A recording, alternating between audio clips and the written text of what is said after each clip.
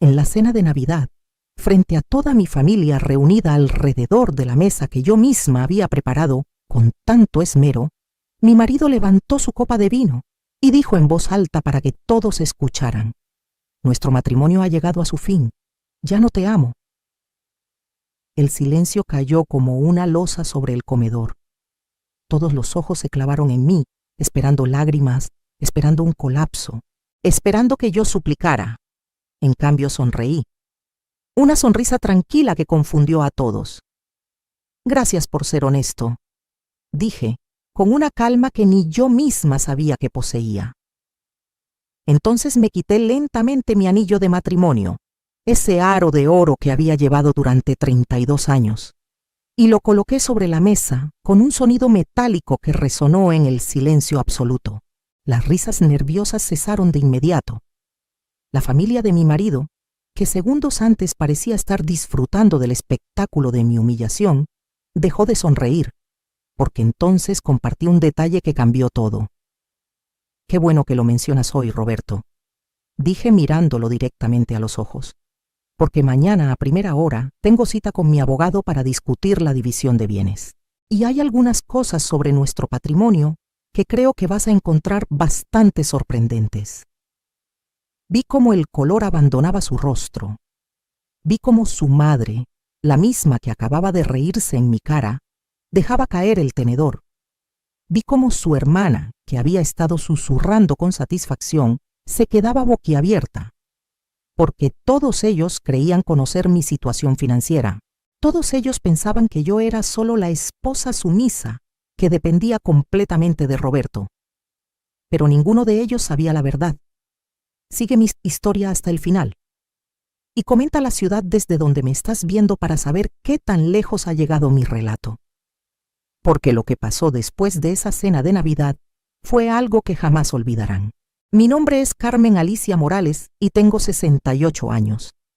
Conocí a Roberto cuando tenía apenas 22, recién graduada de la escuela normal, lista para comenzar mi carrera como maestra. Él era 8 años mayor que yo, ya establecido en su trabajo como contador en una empresa mediana. Me enamoré de su seguridad, de la forma en que hablaba del futuro, de cómo me hacía sentir protegida. Nos casamos 6 meses después de conocernos, como era común en aquella época. Mi madre me dijo el día de mi boda: «El matrimonio es para toda la vida, mija. Una mujer debe soportar lo que sea necesario para mantener su familia unida». Y yo tomé esas palabras como un mandamiento sagrado. Los primeros años fueron buenos, no voy a mentir. Roberto trabajaba, yo enseñaba en una escuela primaria del barrio. Éramos felices en nuestra casa modesta, soñando con el futuro. Cuando nació nuestra primera hija, Sofía, dejé de trabajar. Roberto insistió: «Los niños necesitan a su madre en casa», decía, y yo acepté, aunque significaba abandonar la carrera que tanto amaba. Luego llegó Diego, 3 años después, 2 hijos hermosos que se convirtieron en el centro de mi universo. Yo me dedicaba a ellos completamente. Despertaba a las 5 de la mañana para preparar el desayuno, alistar los uniformes, hacer las tareas del hogar. Roberto empezó a trabajar más horas, llegaba tarde, cada vez más distante. «Es por el bien de la familia», decía. Y yo lo creía. Sacrifiqué más que mi carrera. Sacrifiqué mis ahorros personales cuando el negocio de Roberto tuvo problemas hace 15 años. Eran $50,000 que mi padre me había dejado en herencia, dinero que yo había guardado cuidadosamente. «Es solo un préstamo temporal», me prometió Roberto. «Te lo devuelvo en 6 meses. Nunca vi ni un peso de regreso. Sacrifiqué mi salud cuando su madre, doña Esther, enfermó de diabetes. Durante 7 años la cuidé en nuestra casa. Le preparaba comidas especiales, le medía el azúcar, la bañaba, le cambiaba las vendas de sus pies. Ella nunca me dio las gracias, ni una sola vez.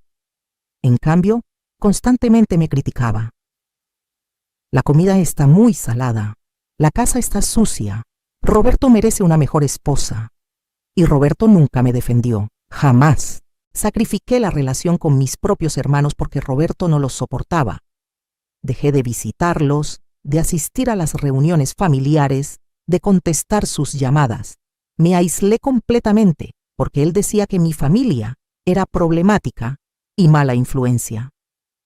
Hoy entiendo que me estaba aislando deliberadamente, cortando todos mis vínculos de apoyo. Los años pasaron y yo me convertí en una sombra. La mujer brillante que había sido, la maestra apasionada, la hija amorosa, desapareció. En su lugar quedó alguien que solo existía para servir a otros. Mis hijos crecieron viendo este modelo, y eso me duele más que todo lo demás. Las cosas comenzaron a empeorar realmente hace 3 años, cuando Roberto cumplió 60. Algo cambió en él, o tal vez siempre había sido así, y yo simplemente no quería verlo. Empezó a llegar muy tarde del trabajo, con excusas cada vez más elaboradas.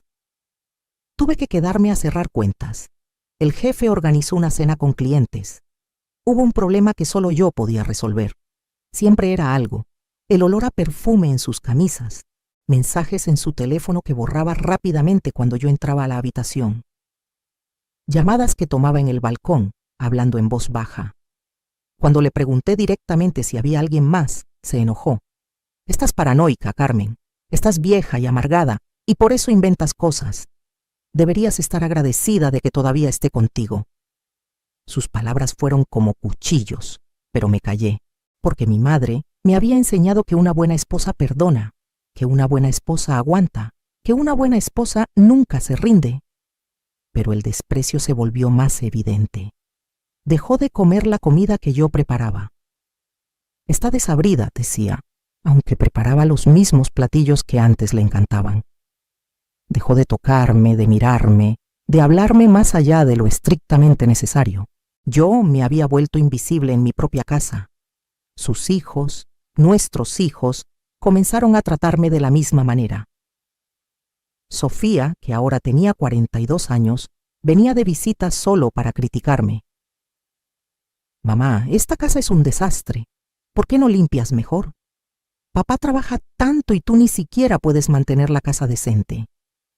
Yo limpiaba esa casa de arriba abajo todos los días, pero nunca era suficiente. Diego era peor. A sus 39 años, todavía venía a pedirme dinero. Dinero que yo no tenía porque Roberto controlaba todas las finanzas. Pero cuando le decía que no podía ayudarlo, se enojaba. Eres mi madre. Se supone que debes ayudarme. ¿Para qué sirves si no puedes hacer ni eso? Un día encontré un recibo en el bolsillo de la camisa de Roberto cuando estaba lavando la ropa. Era de un restaurante caro en la zona rosa, para 2 personas, con una botella de vino que costaba más de lo que yo gastaba en el mercado en un mes. La fecha era un jueves, el día que supuestamente había tenido que trabajar hasta tarde en la oficina. Mi corazón se partió, pero algo más se rompió también. Algo que llevaba años agrietándose. Comencé a prestar atención a otras cosas. Los retiros de efectivo inexplicables, las facturas de tarjetas de crédito que nunca me mostraba, las escapadas de fin de semana por trabajo, que antes no existían. Roberto se había vuelto descuidado, o tal vez simplemente ya no le importaba ocultarlo. Entonces llegó aquella cena de Navidad. Yo había pasado 3 días preparándolo todo. El pavo relleno, el bacalao, los romeritos, los buñuelos, el ponche de frutas. La mesa decorada con el mantel bordado que había sido de mi abuela. Las velas, las flores, todo perfecto. Invité a toda la familia de Roberto como siempre hacíamos. Su madre doña Esther, su hermana Patricia con su esposo, sus 2 hermanos con sus familias. Todos llegaron con regalos para Roberto, con abrazos y felicitaciones por su nuevo ascenso en el trabajo. Nadie me trajo nada, ni siquiera un detalle pequeño. Yo era solo la que servía, la que llenaba los platos, la que se aseguraba de que todo estuviera perfecto. Durante la cena, empezaron los comentarios. Patricia dijo en voz alta: Roberto, no sé cómo aguantas. Mi hermano es un santo por quedarse en este matrimonio. Las risas siguieron. Su madre agregó: «Es verdad, otro hombre ya se habría ido hace años. Carmen, deberías estar de rodillas agradeciéndole a mi hijo». Yo seguí sirviendo, tragándome la humillación con cada bocado que no podía pasar por mi garganta. Mis propios hijos estaban ahí, en silencio, permitiendo que me humillaran. Sofía hasta sonrió. Diego miraba su teléfono totalmente desinteresado. Entonces Roberto se puso de pie. Levantó su copa. Todos se callaron, esperando un brindis, y ahí fue cuando lo dijo: «Quiero anunciar algo importante. He estado callándome esto por mucho tiempo, pero es Navidad y es tiempo de honestidad. Nuestro matrimonio ha llegado a su fin. Ya no te amo, Carmen. No te he amado en años». El silencio fue absoluto. Luego vinieron las risas nerviosas, los murmullos de aprobación. Patricia aplaudió. Su madre asintió con satisfacción, como si esto fuera exactamente lo que había estado esperando. Todos me miraban, esperando el colapso, las lágrimas, la súplica. Pero algo extraño pasó en ese momento. En lugar de dolor sentí claridad. En lugar de desesperación, sentí calma. Era como si una niebla que había nublado mi mente durante décadas finalmente se disipara. Y ahí fue cuando todo cambió. Porque mientras ellos me veían como una vieja tonta sin recursos ni opciones, yo sabía algo que ninguno de ellos sabía. Hace 25 años, cuando murió mi tía Rosario, la hermana soltera de mi madre, me dejó su casa en herencia, una propiedad en el centro de Puebla que ella había comprado en los años 60.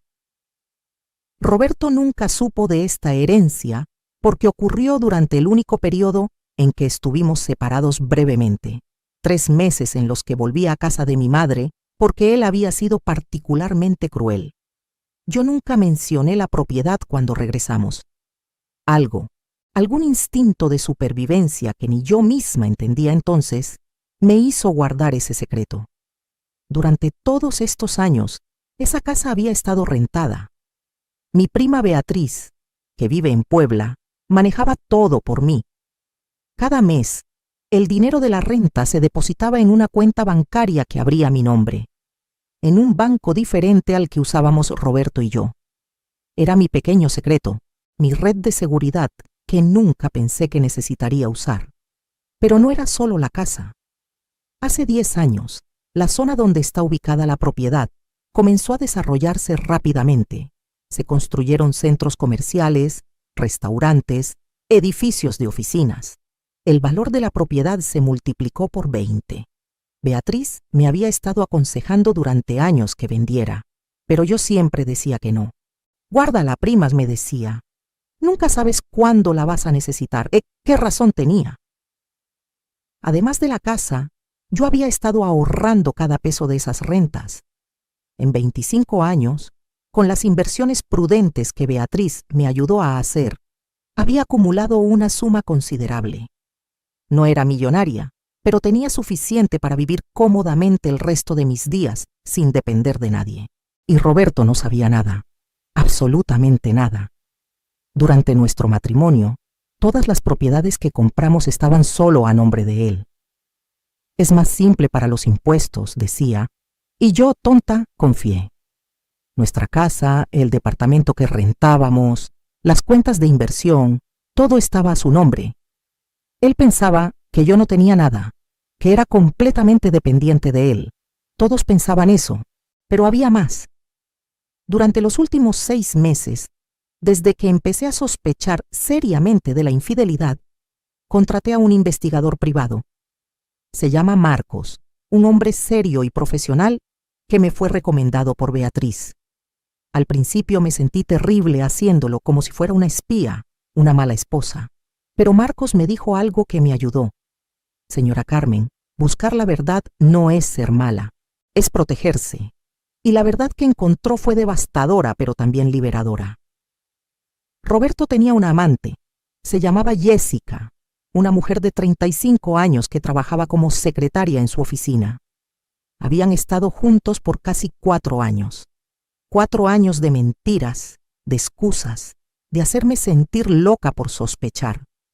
Pero eso no era todo. Roberto le había estado dando dinero a Jessica, mucho dinero. Marcos consiguió fotografías, registros de transferencias bancarias, mensajes de texto.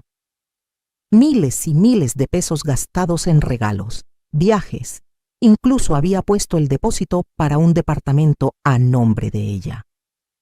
Dinero que supuestamente era de nuestros ahorros para el retiro.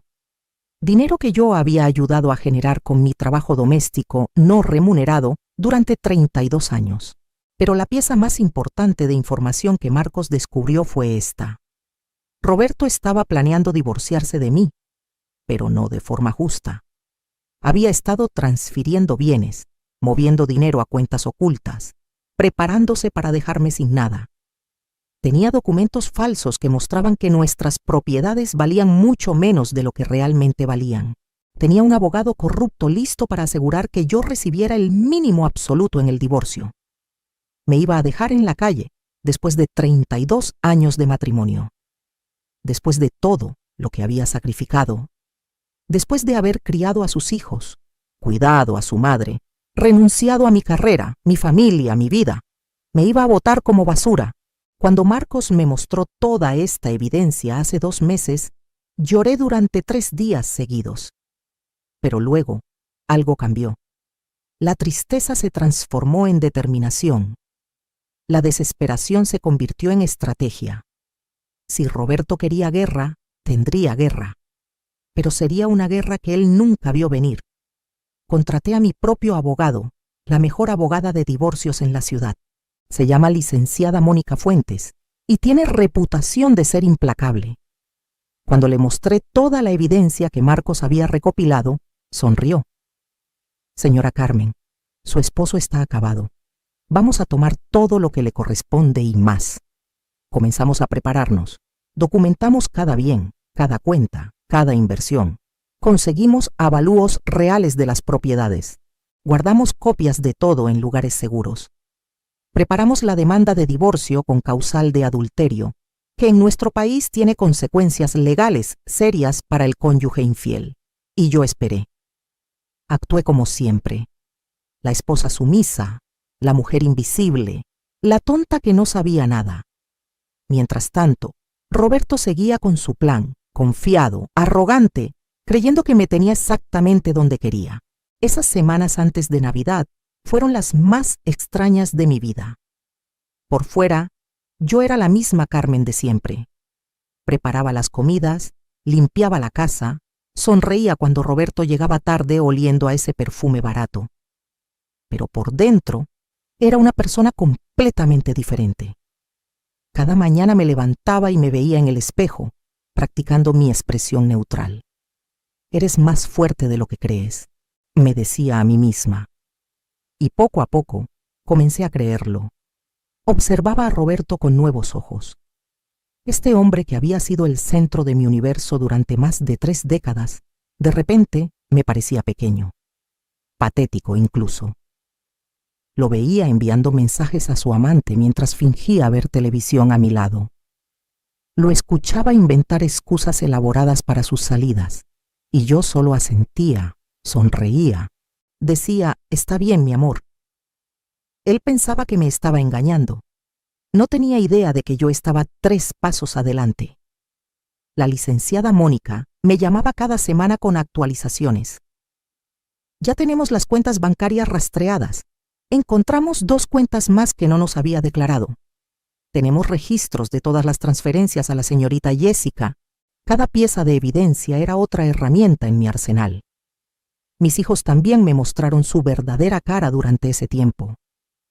Sofía vino un día y me dijo directamente, «Mamá, cuando papá se divorcie de ti, no esperes vivir conmigo. Ya tengo suficientes problemas sin tener que cuidar a una vieja». Diego fue más directo. «Espero que papá no tenga que darte mucho dinero en el divorcio. Ese dinero es mi herencia». Escuchar a los hijos que había criado, por los que había sacrificado todo, hablar así fue doloroso, pero también fue liberador, porque finalmente vi la verdad. Había criado 2 seres humanos egoístas y crueles, porque había permitido que su padre los criara a su imagen y semejanza. Había estado tan ocupada siendo la mártir que no les enseñé empatía, bondad, gratitud. Ese fracaso era parcialmente mío, pero ya no podía cambiar quiénes eran. Solo podía cambiar cómo respondía a quienes eran.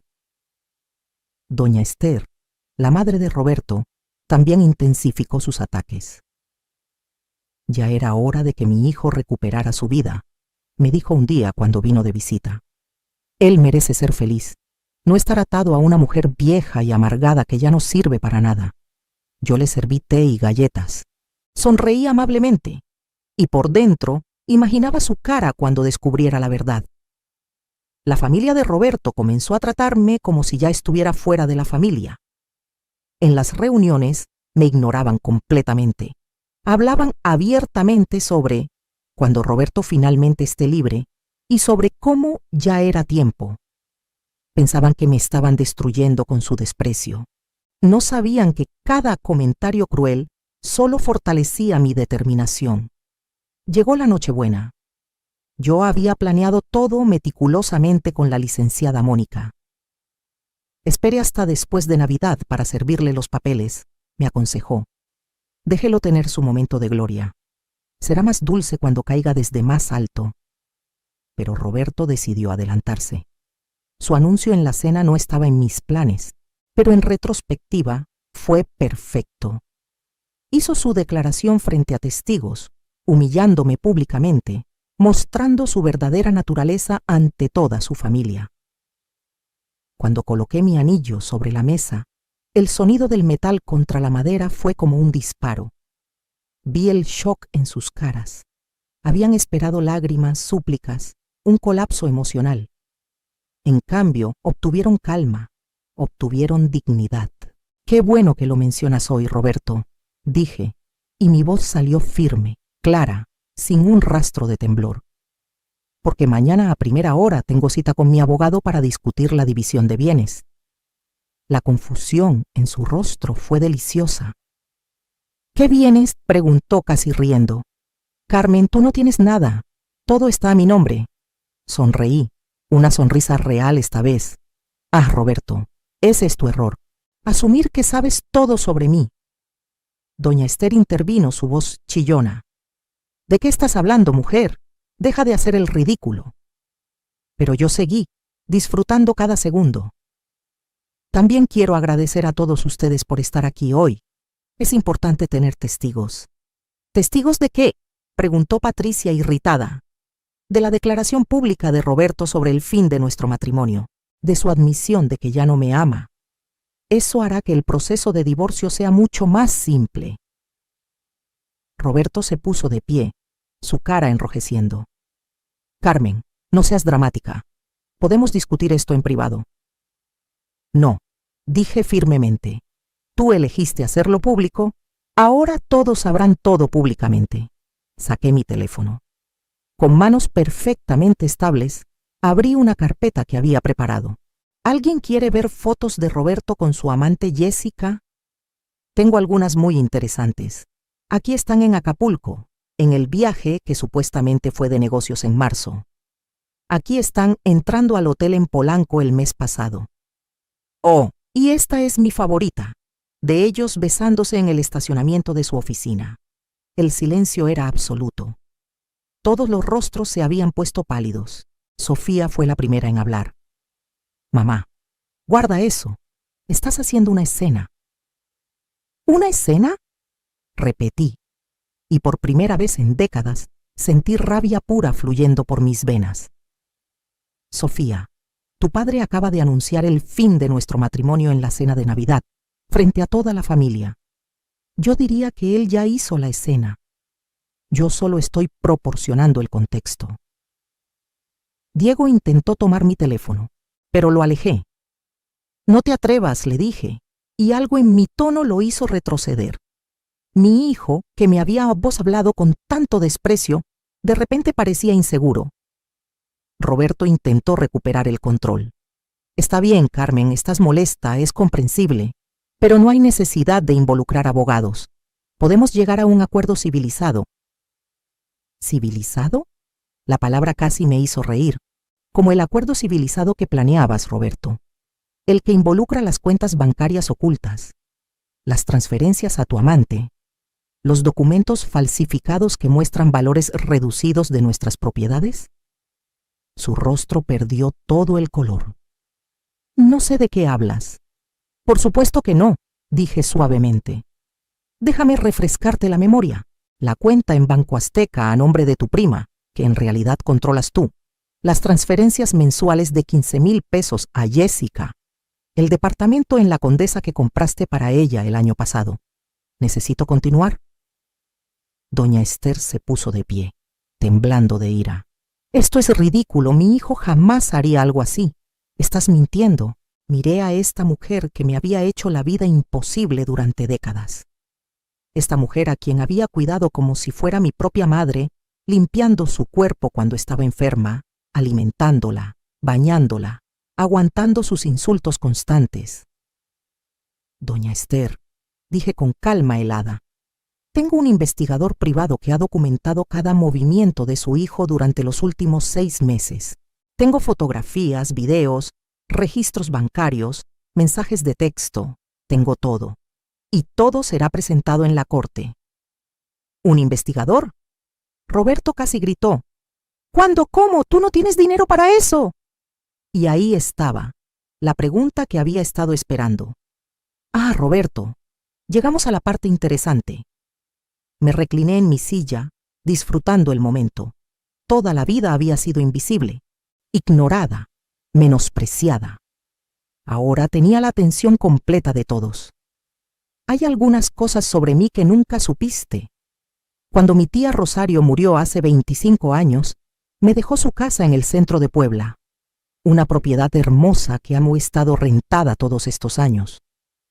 Podía ver su mente trabajando, calculando. Pero eso fue cuando estábamos separados, dijo lentamente. Esa propiedad es tuya, no marital. Exactamente, sonreí. Es completamente mía. Y en 25 años, con las rentas y las inversiones inteligentes, esa propiedad me ha dado bastante bien. El shock en sus rostros era casi cómico. Patricia, que siempre había sido tan cruel conmigo, que siempre me había tratado como sirvienta, parecía estar en shock. Espera, dijo, ¿estás diciendo que tienes dinero? ¿Tu propio dinero? Bastante, confirmé. De hecho, probablemente más de lo que Roberto tiene actualmente, considerando todo el dinero que ha estado desperdiciando en su amante. Roberto se dejó caer en su silla, su arrogancia completamente desinflada. No es posible, murmuró. Te conozco. Tú no podrías planear algo así. Ese es tu problema, Roberto. Nunca me conociste realmente. Durante 32 años, viste lo que querías ver. Una mujer simple, sin ambiciones, sin inteligencia, que existía solo para servirte. Nunca te molestaste en mirar más profundo. Me puse de pie, sintiéndome más alta de lo que había sido en años. Pero hay más que necesitas saber. La casa donde vivimos, que está a tu nombre, va a tener que ser vendida para la división de bienes.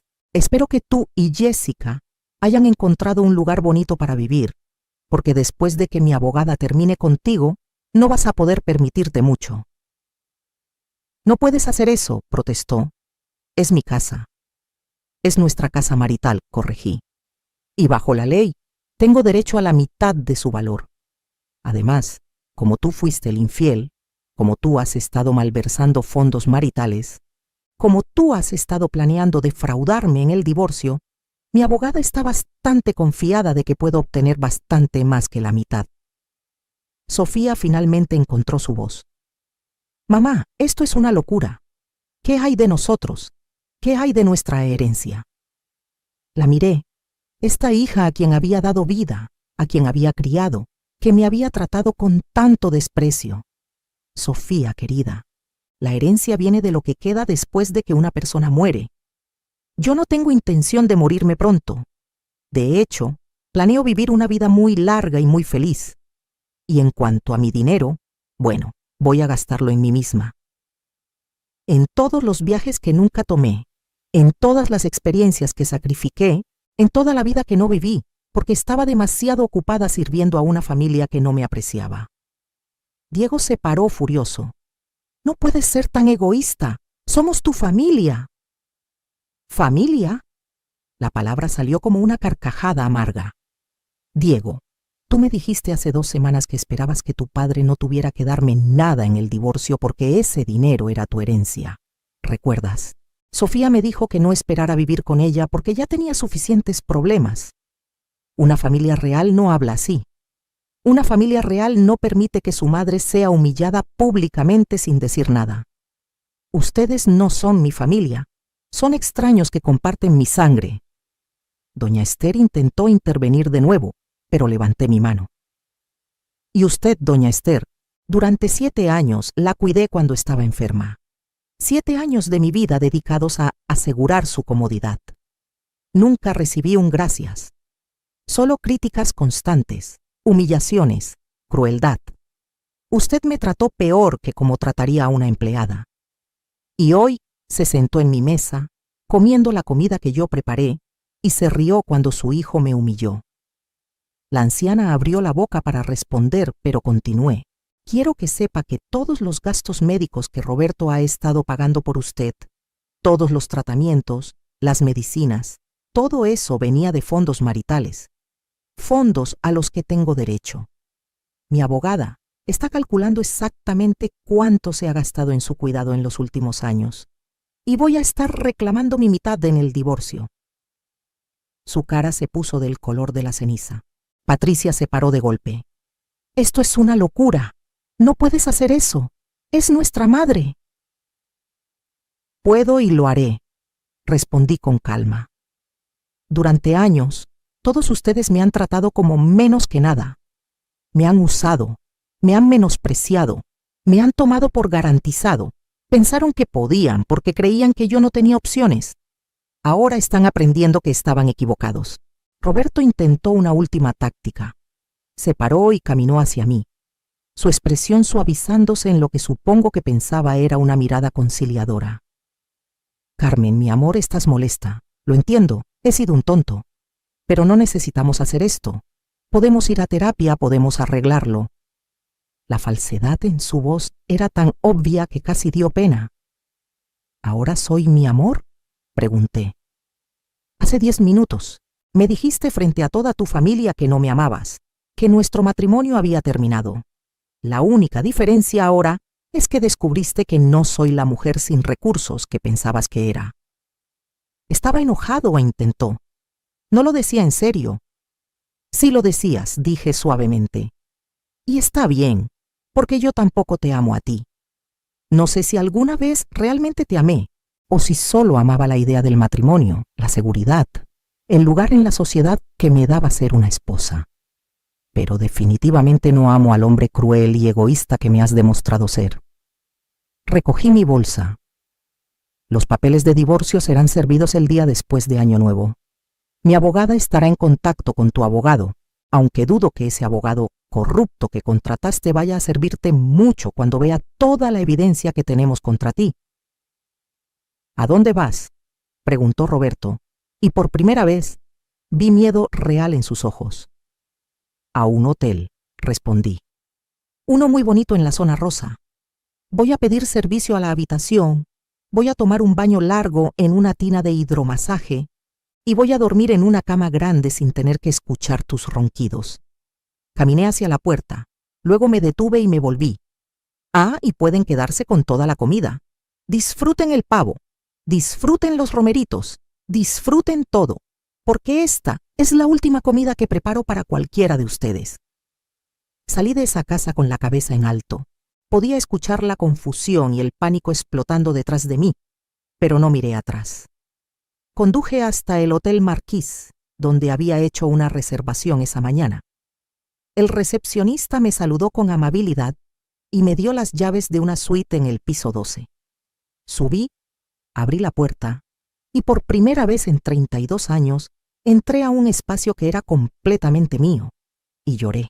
Lloré por todos los años perdidos, por la mujer que había sido y que dejé morir lentamente. Lloré por mi carrera abandonada, por mi familia perdida, por todas las versiones de mí misma que sacrifiqué en el altar de un matrimonio que nunca valió la pena. Pero también lloré de alivio, porque finalmente, Después de tanto tiempo era libre. A la mañana siguiente desperté temprano, como siempre había sido mi costumbre. Pero por primera vez en décadas no desperté con ansiedad sobre qué desayuno preparar, qué tareas completar, a quién servir. Desperté en silencio, en paz, en una habitación bañada por el sol de la mañana. Pedí servicio a la habitación, huevos benedictinos, café recién hecho, fruta fresca, jugo de naranja. Me senté junto a la ventana, mirando la ciudad despertar, y comí lentamente, saboreando cada bocado. No estaba cocinando para nadie, no estaba limpiando después de nadie, solo estaba haciendo. Mi teléfono comenzó a sonar. Roberto. Luego Sofía, luego Diego, luego Patricia. Apagué el teléfono. No tenía nada que decirles. Todo lo que tenían que saber ya lo sabían. Llamé a la licenciada Mónica. ¿Cómo estuvo la cena?, preguntó, y podía escuchar la sonrisa en su voz. Le conté todo. Ella rió. Perfecto. Ahora tienen miedo. El miedo los hace cometer errores. Ya verás. Roberto va a intentar contactarte. Va a hacer ofertas. Va a prometer cosas. No ceda. Manténgase firme. No se preocupen, le aseguré. Estoy más que firme. Estoy decidida. Los siguientes días fueron una mezcla de liberación y ajuste. Me quedé en el hotel, evitando todas las llamadas. Roberto intentó ir al hotel, pero les dije al personal que no quería visitas. Él dejó mensajes en la recepción, cada uno más desesperado que el anterior. Carmen, por favor, necesitamos hablar. Esto es un malentendido. Carmen, estás siendo irracional.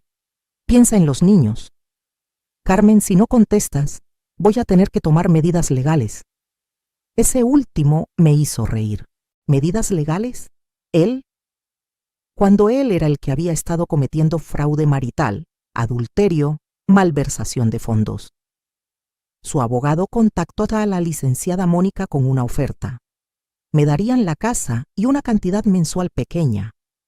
A cambio, yo no pelearía el divorcio y mantendría todo civilizado y discreto. La licenciada Mónica ni siquiera me molestó con los detalles. Simplemente les envió nuestras demandas. División equitativa de todos los bienes matrimoniales más compensación adicional por adulterio y fraude. Reembolso de todos los fondos maritales gastados en la amante. Responsabilidad por la mitad de todas las deudas y publicación de toda la evidencia de su infidelidad si intentaba pelear. La respuesta llegó 2 días después. Su abogado se retiraba del caso. Aparentemente, cuando vio toda la evidencia que teníamos, se dio cuenta de que este era un caso perdido y no quería manchar su reputación. Roberto tuvo que conseguir otro abogado, y luego otro, porque el segundo también se retiró cuando vio la magnitud del fraude que Roberto había cometido. Mientras todo esto sucedía, yo comencé a construir mi nueva vida. Llamé a mi prima Beatriz en Puebla. Prima, le dije, creo que es tiempo de vender la casa de tía Rosario. ¿Estás segura?, preguntó. Has tenido esa casa por tanto tiempo. Estoy segura. Es tiempo de cerrar ese capítulo y empezar uno nuevo. Beatriz contactó a un agente de bienes raíces. La casa, debido a su ubicación privilegiada en el centro histórico de Puebla, ahora valía una fortuna. Las ofertas comenzaron a llegar inmediatamente. Una cadena hotelera quería comprarla para convertirla en un hotel boutique. Un restaurantero quería hacer un restaurante de alta cocina. Finalmente, acepté una oferta de un desarrollador que quería preservar la fachada histórica, pero modernizar el interior para oficinas de lujo. El precio fue más de lo que jamás había imaginado. Con ese dinero, más lo que recibiría del divorcio, estaría financieramente segura por el resto de mi vida. Pero más que el dinero, lo que me llenaba era la sensación de posibilidad. También llamé a mis hermanos. Hacía años que no hablaba con ellos por las restricciones que Roberto había impuesto. Mi hermano mayor, Tomás, contestó el teléfono con cautela. «¿Carmen? ¿Eres tú?» «Soy yo, Tomás, y quiero pedirte perdón». «¿Perdón por qué?» «Por todos estos años de ausencia. por dejar que mi matrimonio me alejara de mi familia, por elegir a un hombre que no me valoraba sobre los hermanos que siempre me amaron. Hubo silencio y luego escuché que se quebraba su voz. Hermanita, nosotros nunca dejamos de amarte. Siempre supimos que ese hombre te estaba controlando. Intentamos decírtelo, pero no querías escuchar. Lo sé, dije, las lágrimas corriendo por mis mejillas. Y lo siento tanto, pero estoy aquí ahora, me estoy divorciando y quiero recuperar a mi familia.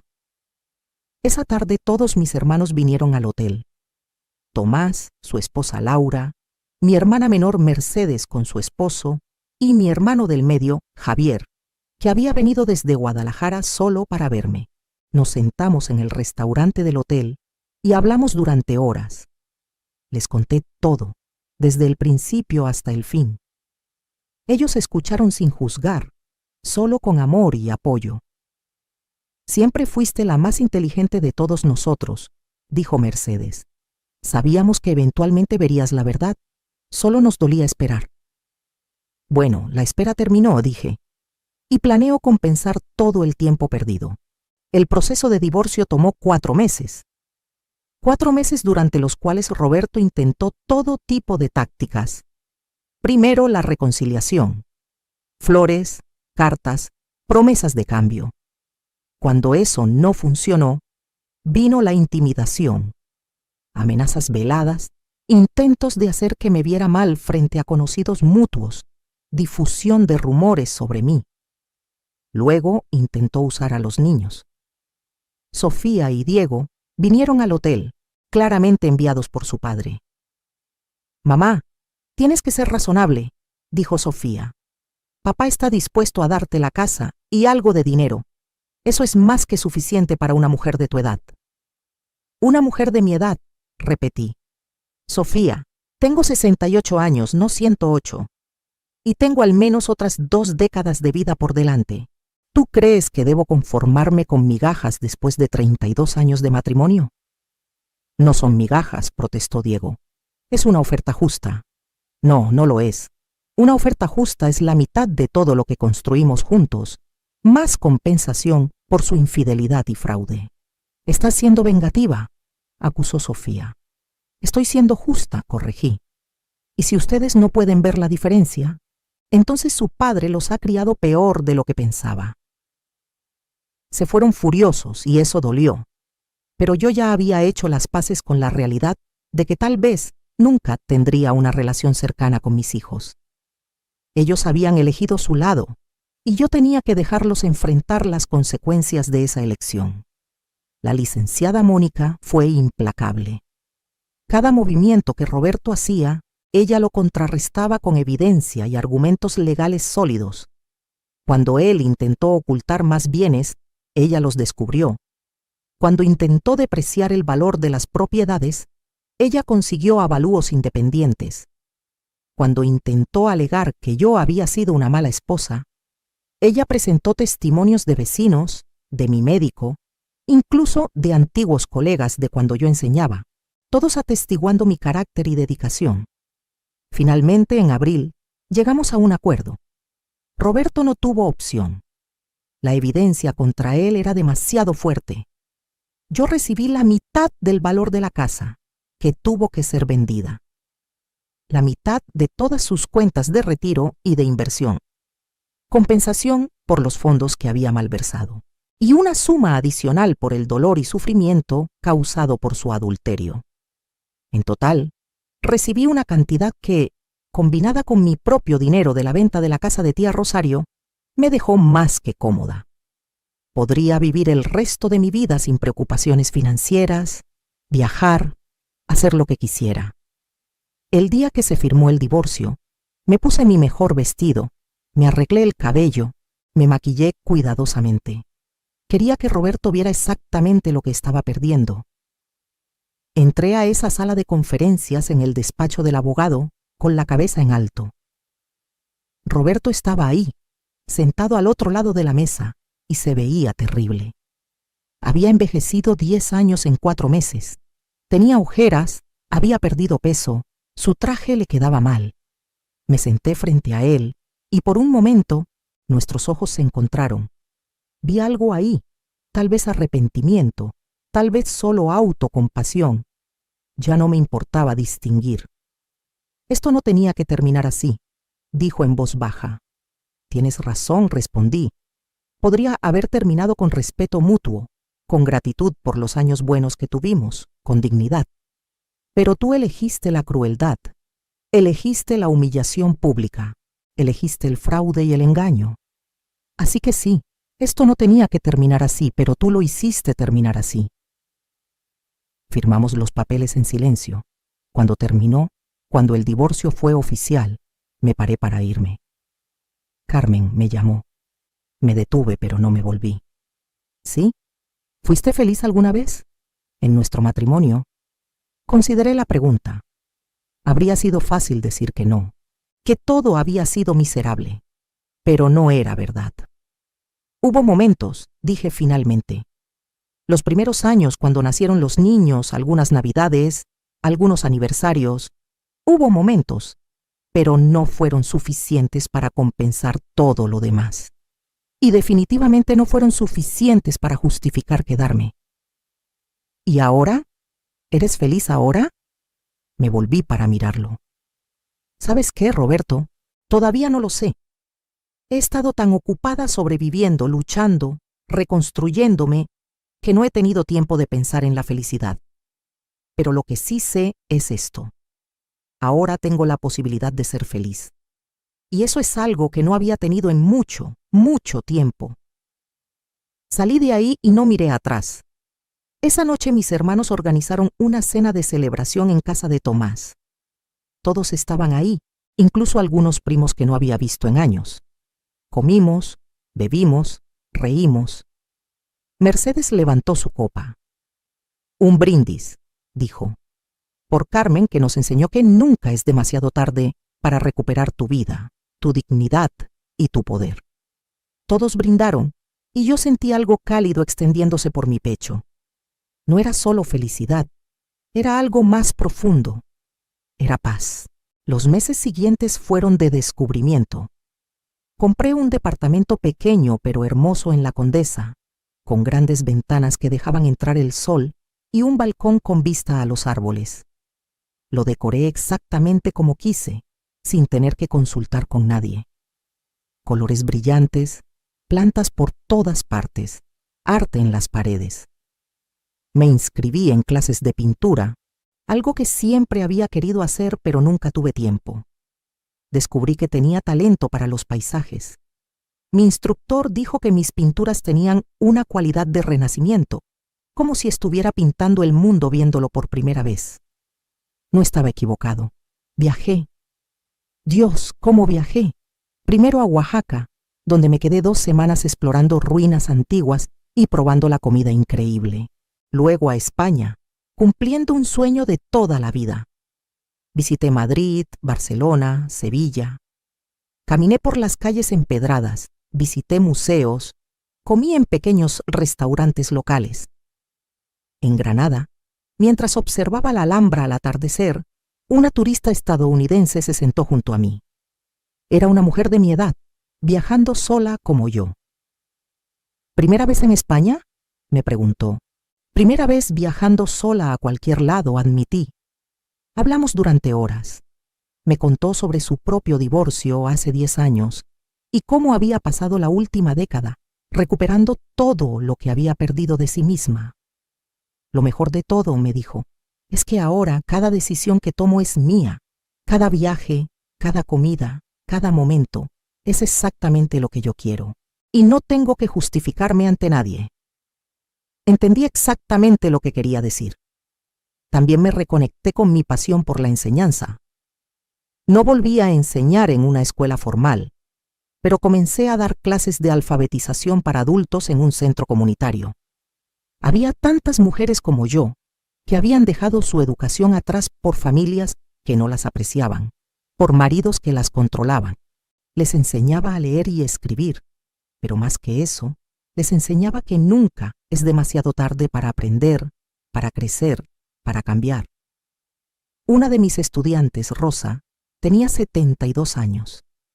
me dijo un día. Maestra Carmen, toda mi vida mi esposo me decía que era muy tonta para aprender. Ahora que él está muerto, finalmente puedo demostrar que estaba equivocado. Y sabe qué es lo más triste, que él nunca va a saber que yo pude. No, le dije. Lo más liberador es que ya no importa lo que él hubiera pensado. Tú lo estás haciendo por ti, no para probarle nada a él. Ella sonrió y vi en sus ojos la misma transformación que yo había experimentado. 6 meses después del divorcio, me encontré con Roberto por casualidad en un supermercado. Él estaba solo, su carrito medio vacío con comida preparada y latas. Se veía incluso peor que en la firma del divorcio. Carmen dijo sorprendido. Hola, Roberto. Un silencio incómodo. Luego, te ves bien, diferente. Me siento bien, dije honestamente. Diferente pero bien. Yo. Comenzó, luego se detuvo. Jessica me dejó. Se quedó con el departamento que le compré y se fue con un tipo más joven. No sentí satisfacción al escuchar esto. Solo una especie de indiferencia distante. Lo siento. No, no lo sientes, y está bien. No deberías sentirlo. Tenía razón. ¿Cómo están los niños? Pregunté, más por cortesía que por interés real. Enojados conmigo. Sofía apenas me habla desde que tuvo que vender su casa, porque yo ya no podía ayudarla financieramente. Diego está igual. Resulta que ellos solo me querían por mi dinero, igual que Jessica. La ironía no se le escapaba ni a él. Había criado hijos que lo valoraban solo por lo que podía darles, y ahora que no podía darles nada, lo habían abandonado. Roberto, dije, y mi voz era más amable de lo que había sido en años. Espero que encuentres la paz. De verdad. Espero que uses este tiempo para reflexionar, para crecer, para convertirte en una mejor persona. ¿Cómo puedes ser tan generosa después de todo lo que te hice? Porque guardar rencor solo me haría daño a mí, no a ti. Yo he seguido adelante. Tú deberías hacer lo mismo. Nos despedimos, y esa fue la última vez que lo vi. Escuché después que se había mudado a Querétaro para estar más cerca de su hermana Patricia, pero ya no era mi problema. Ya no era parte de mi vida. En cuanto a Sofía y Diego, eventualmente intentaron contactarme de nuevo. Sofía me llamó un año después del divorcio. Mamá, necesito hablar contigo. Acordé reunirme con ella en un café. Llegó con los ojos rojos. Claramente había estado llorando. Mi esposo me dejó, dijo. Dice que soy egoísta, que solo pienso en mí misma, que no sé amar. Y tiene razón, mamá. Tiene razón. Sofía, comencé, pero ella me interrumpió. No, déjame terminar. He estado pensando mucho sobre cómo te traté, sobre cómo te hablé, sobre cómo permití que papá te humillara, y me avergüenzo tanto. Las lágrimas corrían por su cara. Tú nos diste todo, y nosotros te dimos nada a cambio. Te tratamos como si fueras invisible, como si no importaras. Y ahora entiendo cómo se siente porque así es como mi esposo me trató antes de irse. Tomé su mano. A pesar de todo, seguía siendo mi hija. Sofía, no puedo cambiar el pasado. Y no voy a mentir y decir que no me dolió profundamente cómo me trataste. Pero puedo decirte esto. No es demasiado tarde para que cambies, para que seas mejor. ¿Puedes perdonarme?, preguntó. Estoy en el proceso de perdonarte, dije honestamente. Pero el perdón no significa que las cosas vuelvan a ser como antes. No puedo volver a ser la madre que todo lo da y nada recibe. Esa mujer ya no existe. Lo entiendo, dijo. Pero podemos intentar construir algo nuevo. Una nueva relación como adultas iguales. Podemos intentarlo, acordé. Pero va a tomar tiempo. Y va a requerir que demuestres con acciones, no solo con palabras, que has cambiado. Ese fue el comienzo de una relación nueva y diferente con mi hija. No era perfecta y probablemente nunca lo sería, pero era honesta. Diego fue más difícil. Él no vino a mí con arrepentimiento, sino con demandas. Necesitaba dinero, decía, para un negocio. Mamá, soy tu hijo. Se supone que debes ayudarme. Diego, le dije, durante toda tu vida adulta has venido a mí pidiendo dinero. Y yo te he dado lo poco que tenía, incluso cuando no podía permitírmelo. Pero ahora las cosas son diferentes. ¿Porque ahora tienes dinero de verdad?, dijo amargamente. No, porque ahora tengo respeto propio. No voy a darte dinero para que desperdicies en otro negocio fallido, pero sí voy a ofrecerte algo diferente. ¿Qué? Te voy a pagar para que vayas a terapia. Un buen terapeuta que pueda ayudarte a entender por qué siempre estás buscando soluciones externas a tus problemas internos. Y cuando hayas trabajado en ti mismo, cuando puedas demostrarme que has crecido como persona, entonces podemos hablar sobre tener una relación real.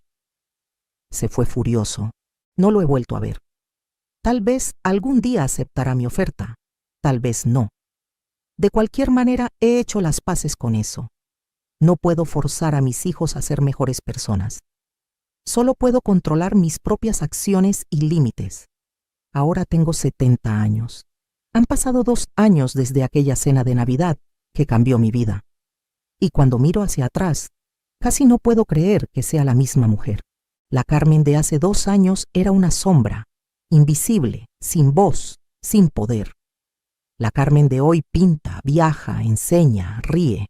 Tengo amigas, mujeres increíbles que he conocido en mis clases de pintura, en mis viajes, en mi trabajo voluntario. Mujeres que me ven, me valoran, me celebran. El mes pasado celebré mi cumpleaños número 70 con una fiesta en mi departamento. Vinieron mis hermanos con sus familias, mis amigas nuevas, mis estudiantes de alfabetización, incluso Sofía con sus hijos. Mis nietos que ahora estoy conociendo realmente por primera vez. Bebimos, bailamos, reímos hasta que nos dolió el estómago. En un momento, mientras miraba alrededor de la habitación llena de gente que realmente me amaba y apreciaba, sentí una emoción abrumadora.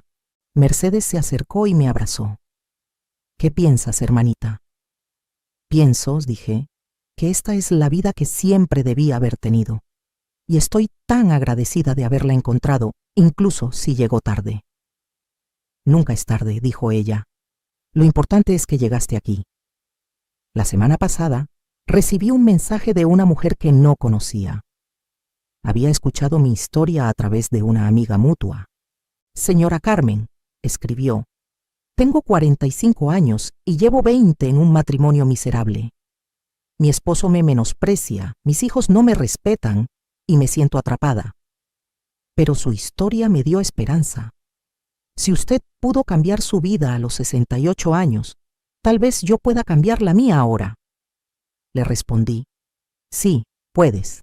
Y no esperes a tener 68 años. Cada día que pasas en una situación que te hace infeliz, es un día de tu vida que nunca recuperarás. Eres valiosa, eres importante y mereces ser feliz. Ella respondió que había llamado a un abogado esa misma tarde.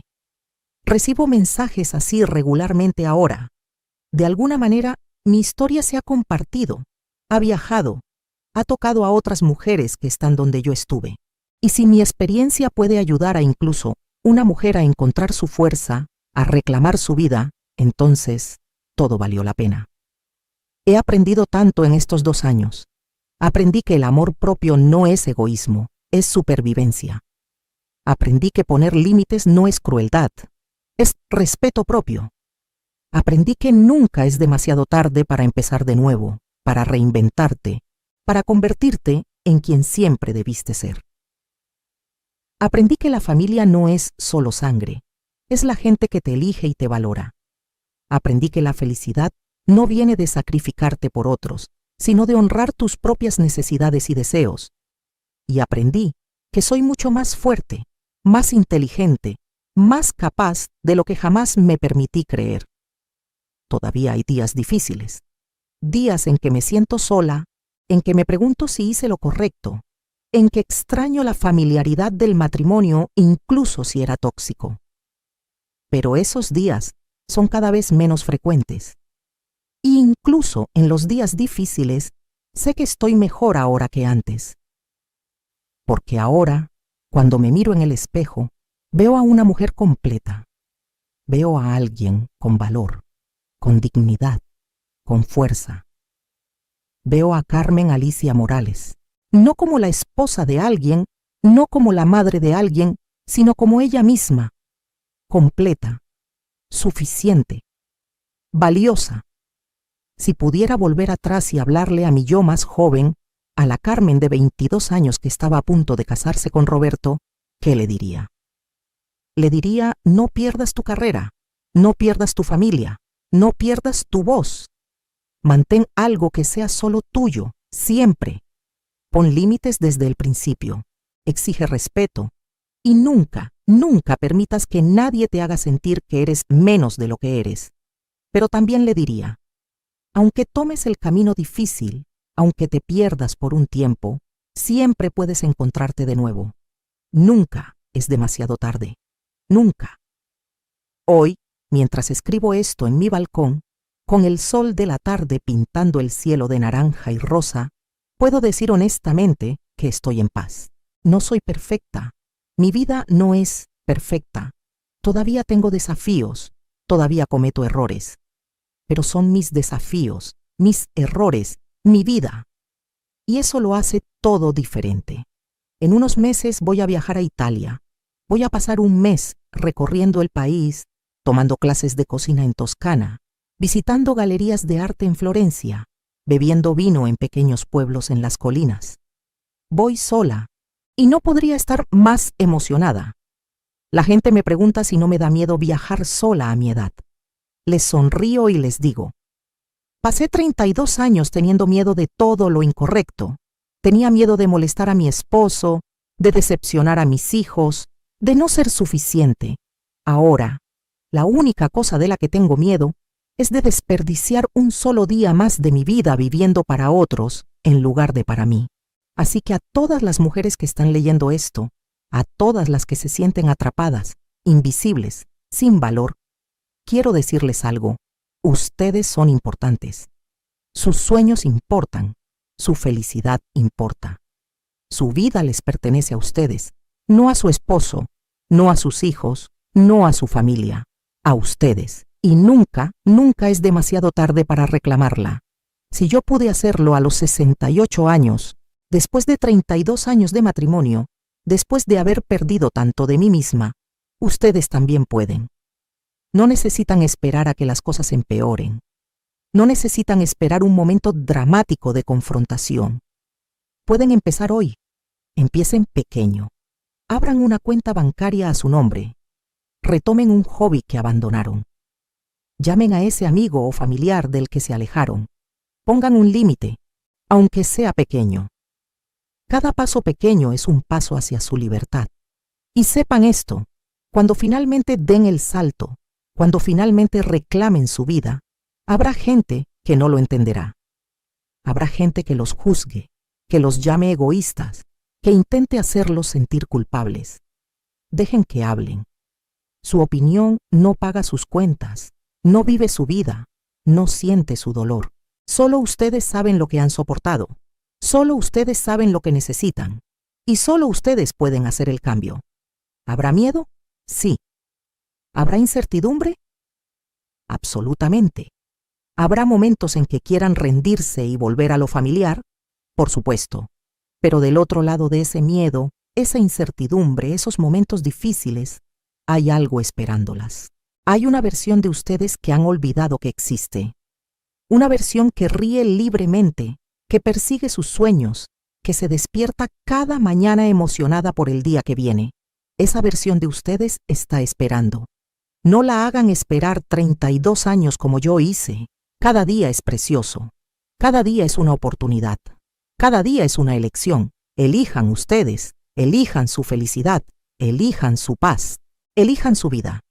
Porque al final del día, cuando estén acostadas en su cama en la noche, la única persona con la que tienen que vivir es con ustedes mismas. Asegúrense de que esa persona sea alguien que respetan, alguien que valoran, alguien que aman. Yo tengo 70 años y finalmente puedo decir que amo a la mujer que soy. Me tomó mucho tiempo llegar aquí, pero llegué. Y si yo pude, ustedes también pueden. ¿Qué harías en mi lugar? Comenta abajo. Y si conoces a alguien que necesita escuchar esta historia, compártela. Porque tal vez, solo tal vez, mi historia puede ser el empujón que alguien necesita para cambiar su vida. Nunca subestimen el poder de una mujer que finalmente decide que ya es suficiente. Somos más fuertes de lo que creemos, más capaces de lo que nos dicen, más valiosas de lo que nos han hecho sentir. Es hora de que el mundo lo sepa. Es hora de que nosotras lo sepamos. Gracias por escuchar mi historia. Y recuerden, nunca es demasiado tarde para tener el final feliz que merecen. Nunca.